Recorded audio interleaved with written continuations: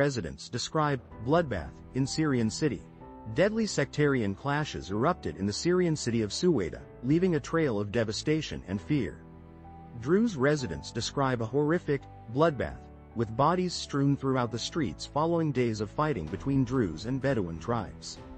Eyewitnesses recount harrowing experiences of gunmen going door to door, targeting civilians, looting homes, and carrying out summary executions.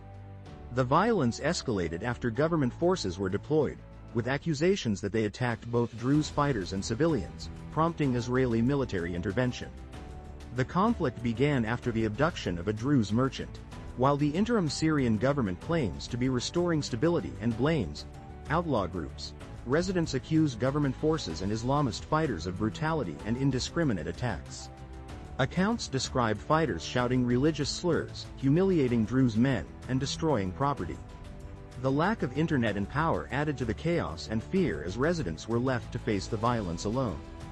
The Syrian Observatory for Human Rights reports at least 594 deaths, including numerous Druze civilians killed by government forces and Bedouin civilians killed by Druze fighters. The UN has also documented the killing of civilians by government-affiliated armed men.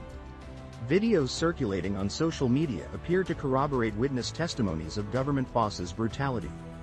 Despite the interim president's televised vow to hold perpetrators accountable and prioritize Druze protection, the residents of Suwaida remain deeply traumatized and fearful, with many left wondering if help will ever arrive. The scale of violence and the conflicting accounts highlight the profound instability and ongoing suffering in the region. In our next story, what is Trump's vein condition and how serious is it? President Trump has been diagnosed with chronic venous insufficiency, a common condition affecting leg veins and causing blood to pool in the lower limbs.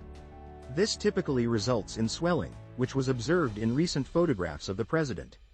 His physician, Captain Sean Barbabella, assures that the condition is benign and doesn't pose a serious health risk. The diagnosis followed a routine checkup prompted by the president noticing swelling in his legs. Dr. Barbabella's comprehensive examination revealed no evidence of more serious conditions such as deep vein thrombosis or arterial disease. He confirmed that President Trump's heart and other vital organs are functioning normally, emphasizing the president remains in excellent health. Bruising on the president's hand, previously noted in photographs, was attributed to frequent handshaking and aspirin usage. Chronic venous insufficiency is characterized by swelling, pain, and potentially skin changes or ulcers in severe cases. However, experts stress that while the condition can cause discomfort and impact mobility, it is rarely life-threatening.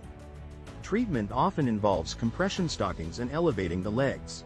The condition is relatively common, especially among individuals over 70.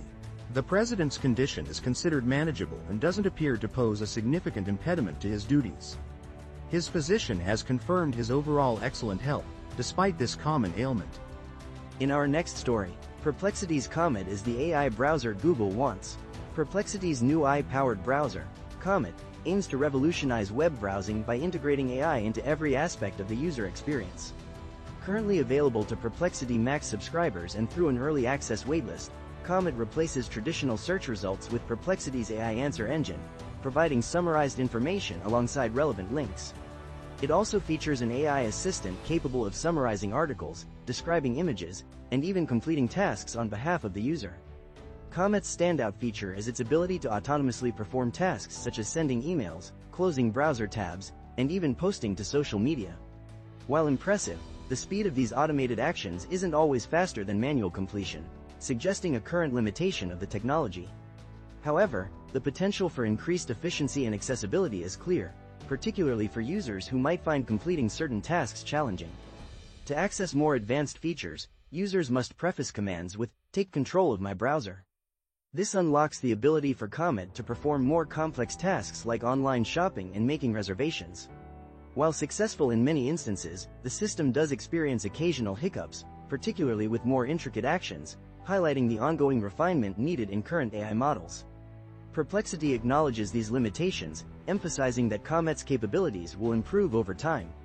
Comet's advanced features surpass those currently offered by Google's Gemini integration in Chrome.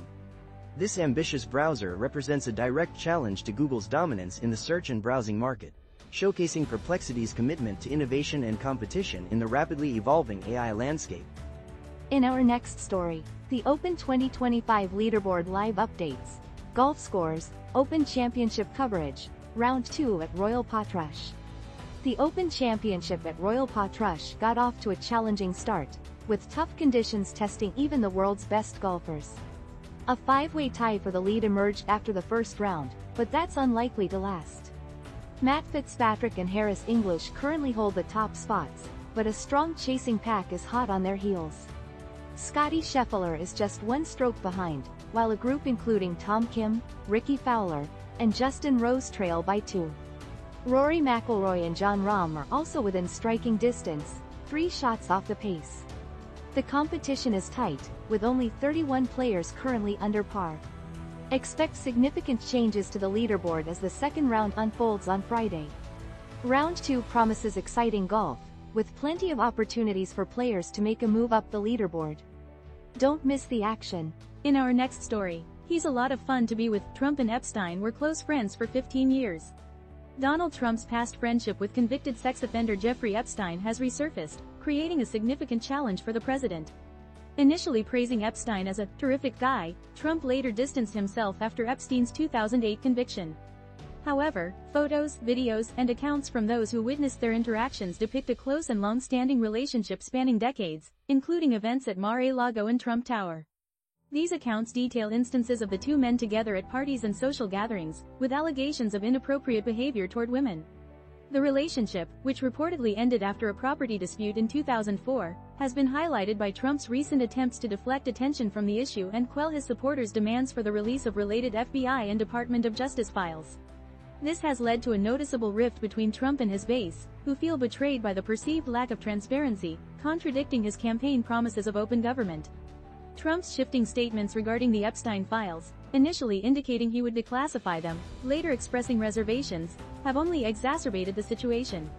His subsequent public criticisms of his supporters for focusing on the issue, even going so far as to declare he no longer wants their support, underscore the depth of the current crisis. The controversy surrounding Trump's past relationship with Epstein, a man he once lauded, now threatens to fracture his previously unwavering support base.